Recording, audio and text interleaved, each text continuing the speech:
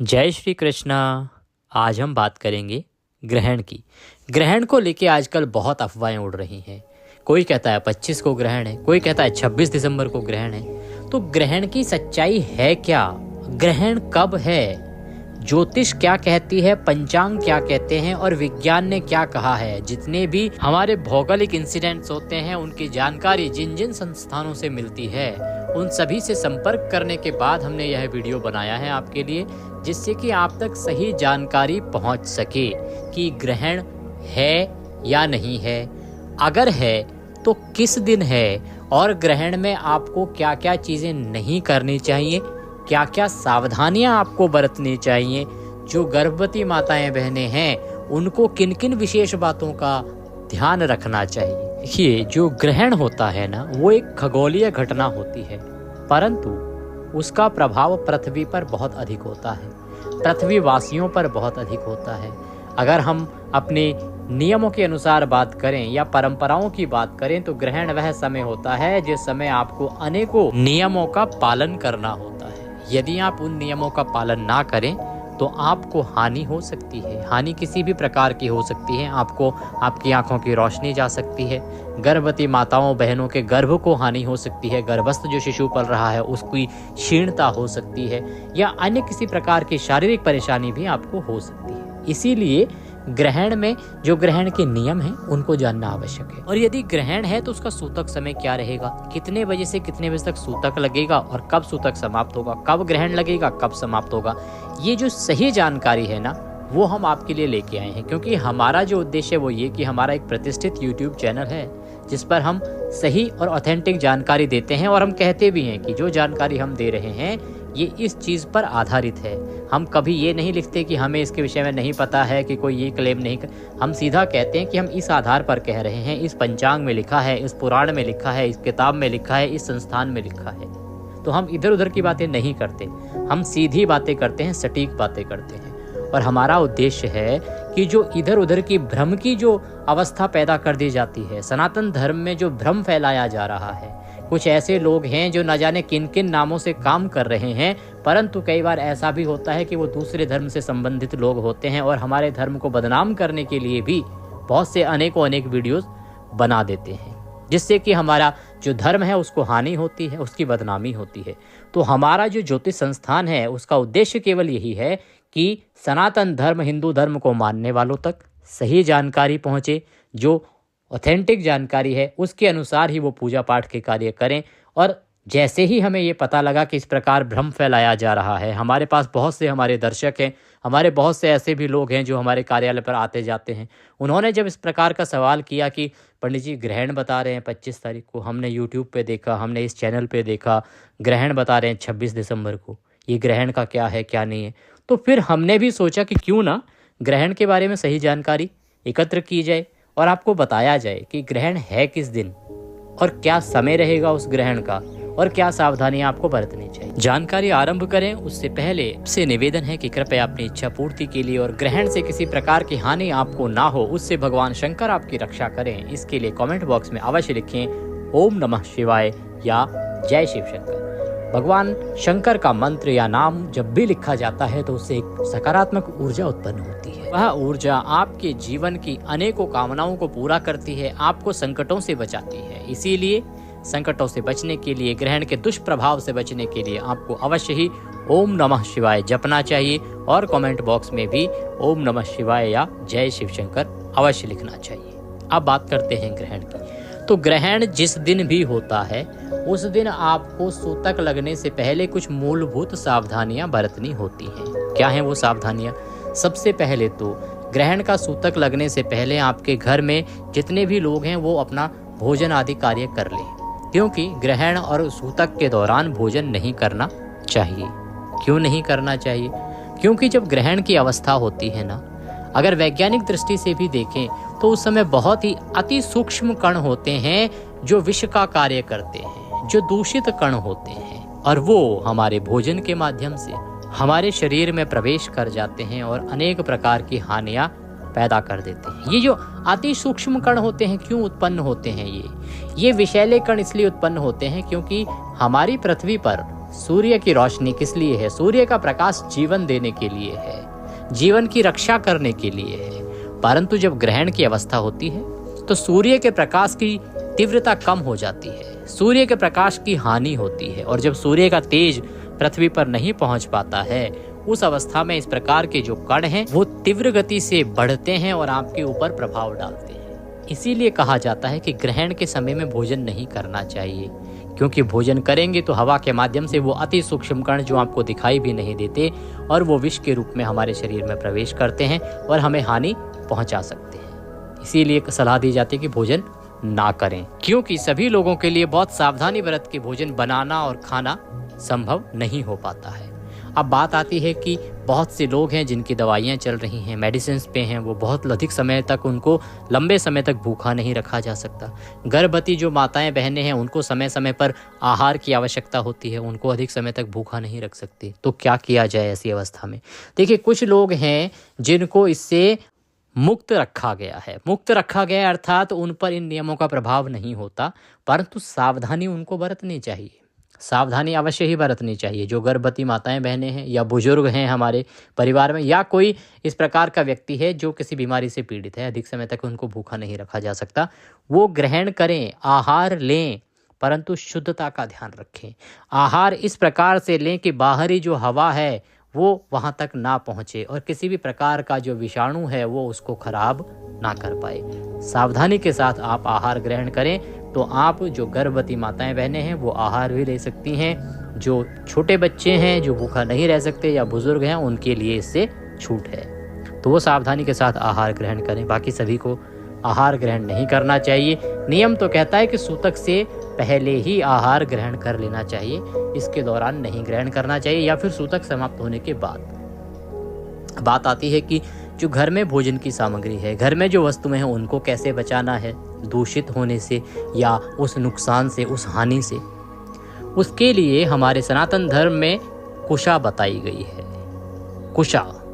कुशा बहुत ही तीव्र होती है और कुशा के अंदर ये गुण होता है कि जो भी हानिकारक ऊर्जा, नेगेटिव एनर्जी होती है उसको वो सोख लेती है। तो आप सूतक लगने से पहले कुशा अपने खाने की सभी वस्तुओं में डाल दें। आपके आटे का ड्रम है उसमें डाल दीजिए, चाय, चीनी के आदि के जो भी डब्बे हैं, जहाँ भी आपने खाने पीने की सामग्रियाँ रखी हैं, फ्रिज आदि सभी में कुशा डाल दीजिए। कुशा डाल देंगे तो क्या होगा कि जो हानिकारक जीवाश्म होंगे, जो नेगेटिव एनर्जी होगी, वो सारी की सारी उस कुशा पर एकत्र हो जाएगी। ये कुशा का गुण है, इसीलिए कुशा का प्रयोग इतना अधिक है। कुशा आगे से बहुत नुकीली होती है और इसीलिए उदाहरण दिया जाता है कुशाग्र बुद्धि, क्योंकि सबसे तेज होती है कुशा।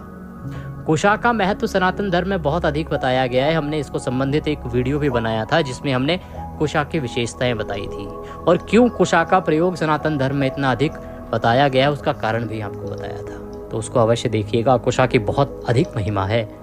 तर्पण में भी कुशा प्रयोग में लाई जाती है। क्यों प्रयोग में लाई जाती है उसके बारे में भी हमने आपको बताया था। तो कुशा जो है उसको डाल दें, आहार का जितना भी सामान है उस सभी में। रेफ्रिजरेटर, आपके घर में फ्रिज है, वहाँ भी डाल दीजिए। और जब ग्रहण समाप्त हो जाए तो उसके बाद उस कुशा को निकाल के फेंक दीजिए। तो होगा क्या कि जिस पात्र में कुशा होगी उस पात्र के अंदर की जो भोजन की सामग्री है वो खराब नहीं होगी, क्योंकि जो हानिकारक जो जीवाश्म हैं वो सब उसी पे अपने आप एकत्र हो जाएंगे। वो कुशा का गुण है, वो अपने आप उनको अपने ऊपर ही एकत्र कर लेती है, अंदर जाने ही नहीं देती है। इसलिए आपको कुशा उसमें डाल देनी है। तो जब ग्रहण चल रहा हो उस समय क्या करें? गर्भवती माताएं बहनें क्या करें? देखिए जी, ग्रहण के समय आपको घर से बाहर तो नहीं निकलना चाहिए। दो तरह से इसमें हानि होती है।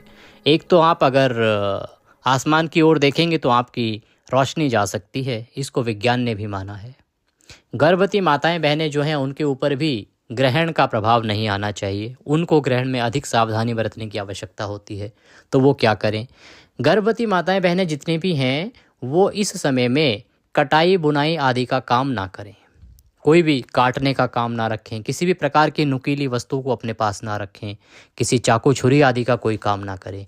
इन कामों से आपको परहेज करना है ग्रहण के समय में। भोजन जब आप करें तो बड़ी सावधानी से करें, ध्यान रखें कि किसी प्रकार का दूषित पदार्थ आपके आसपास ना हो। और विशेष रूप से जो ग्रहण का समय है ना, उसमें तो आपको आहार लेना ही नहीं चाहिए। वो बहुत अधिक समय का नहीं होता, वो कहीं 5 मिनट का होता है, कहीं 2 मिनट का होता है, कहीं 1-1.5 घंटे का होता है।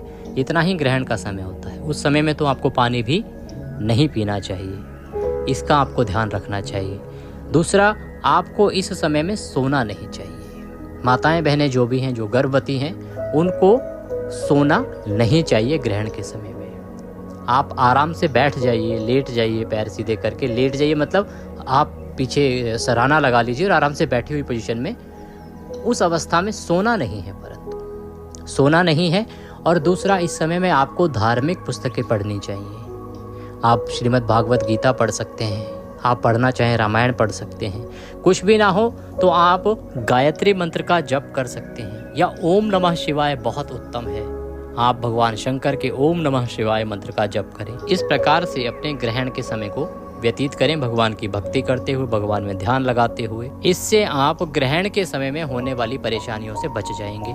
आपको ग्रहण से किसी भी प्रकार की हानि नहीं हो। जब ग्रहण समाप्त हो जाए, उसके बाद में कुशा आपको निकाल के फेंक देनी है। अपने घर की साफ सफाई करनी है, पूरे घर में गंगाजल छिड़कना है, और गंगाजल छिड़कने के बाद ही आपको खाने का कार्य करना है। नियम तो ये भी कहता है कि आपको स्नान करना चाहिए, परंतु सबके लिए इतना संभव नहीं हो पाता, तो आप केवल गंगाजल छिड़क लें घर में और अपने ऊपर ही, तो उससे ही आपके घर की शुद्धि हो जाती है। उसके बाद आप आहार बनाइए, और हो सके तो ताज़ा भोजन बनाएं। रखे हुए भोजन को आप ना ग्रहण करें तो सर्वोत्तम होता है। रखा हुआ भोजन आपके लिए हानिकारक हो सकता है, वो दूषित हो सकता है। इसीलिए प्रयास करें कि आप ताज़ा भोजन ग्रहण के बाद बना के और फिर करें। आपको ग्रहण के समय में सूतक काल का विशेष रूप से ध्यान रखना चाहिए। सूतक का जो नियम है ना जी, वो ये कहता है कि जो सूर्य ग्रहण का सूतक है वो 12 घंटे पहले लगता है, और चंद्र ग्रहण का जो सूतक है वो 9 घंटे पहले लगता है। अर्थात जो ग्रहण का समय होता है उससे 9 घंटे पहले चंद्रमा का जो ग्रहण होता है उसका सूतक लग जाता है,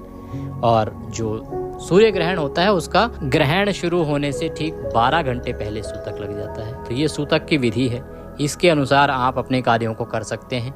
भारत में ग्रहण दिखाई देगा या नहीं देगा, ये ग्रहण कितना बड़ा ग्रहण होगा जो 25 तारीख या 26 तारीख को होने जा रहा है, और होने भी जा रहा है ऐसा कोई ग्रहण, या नहीं होने जा रहा है, क्या है सही जानकारी, अब उस पर आप आते हैं कि हमारी जो रिपोर्ट है वो क्या कहती है, पंचांग क्या कहते हैं, वैज्ञानिकों से जो हमारी बात हुई है, सरकार के जो विभाग हैं जिनसे हमारी बात हुई है, वो क्या कहते हैं इसके बारे में। अब हम उसकी चर्चा कर लेते हैं। देखिए, ग्रहण को लेके जब सवाल हमारे सामने आया, जब ग्रहण को लेके हमने भी, बहुत सारे लोगों ने हमारे पास वीडियोस के लिंक भेजे कि देखिए जी ये बताया जा रहा है, ये बताया जा रहा है, पंडित जी ये दिखा रहे हो, ये दिखा रहे हैं ग्रहण के बारे में कि ये ग्रहण है। तो हमने उन सब की जाँच पड़ताल करी, उन चैनल्स की भी जाँच पड़ताल करी, और उसके बाद हमने भी अपना पंचांग देखा, जबकि हमें पहले से पता था कि ग्रहण कब होने वाला है, कब ग्रहण नहीं होने वाला है। फिर भी कई बार होता है ना कि आपके पास कोई नई सामग्री आती है तो आपको लगता है कि यार कहीं ऐसा तो नहीं कि हमसे कोई भूल चूक हो रही है, हमने ध्यान नहीं दिया है, कोई ग्रहण होने जा रहा है। तो हमने ध्यान से देखा।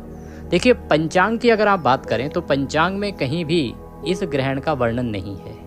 पंचांग के अनुसार हमारे ज्योतिष में, भारतीय ज्योतिष शास्त्र में 25 दिसंबर और 26 दिसंबर को कोई ग्रहण नहीं है। 25 और 26 दिसंबर 2024 की हम बात कर रहे हैं, इसमें कोई भी ग्रहण नहीं है। फिर हमने बात करी सरकारी विभागों से, जो खगोल विज्ञान को जानने वाले हैं, उनसे कि ये जो अफवाहें उड़ाई जा रही हैं या उसमें कितनी सच्चाई है जो ग्रहण के बारे में बताया जा रहा है, ग्रहण है भी या नहीं है। तो वहाँ से जब हमने बात करी तो वहाँ से भी जवाब एक ही आया कि जो भी बातें हैं ये कोरी अफवाह हैं, झूठ है पूरा, इसमें कोई सच्चाई नहीं है।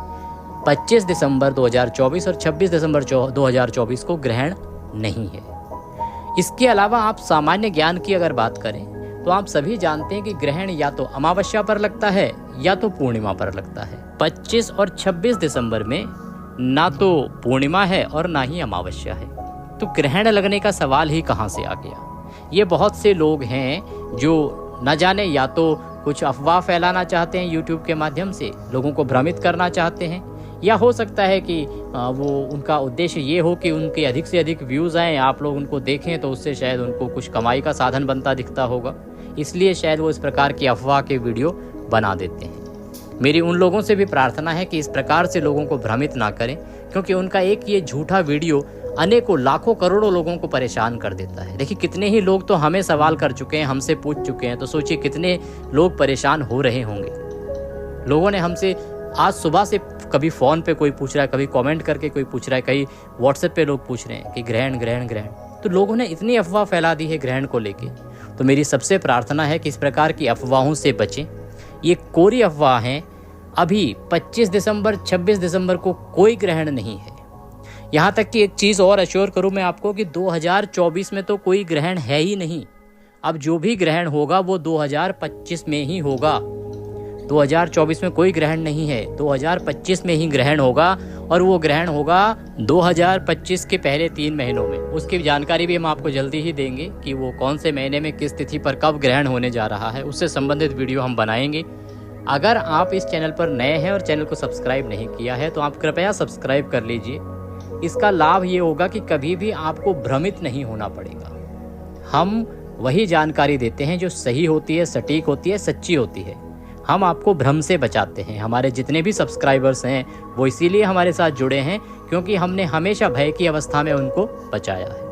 और विशेष यदि आप जानकारी चाहते हैं कभी भी, तो आप हमारे चैनल पर मेंबरशिप ले लीजिए, हमारे मेंबरशिप क्लब में शामिल हो जाइए। उसका लाभ ये होगा कि आप एक मैसेज करके भी अपने किसी सवाल का जवाब तुरंत पा पाएंगे।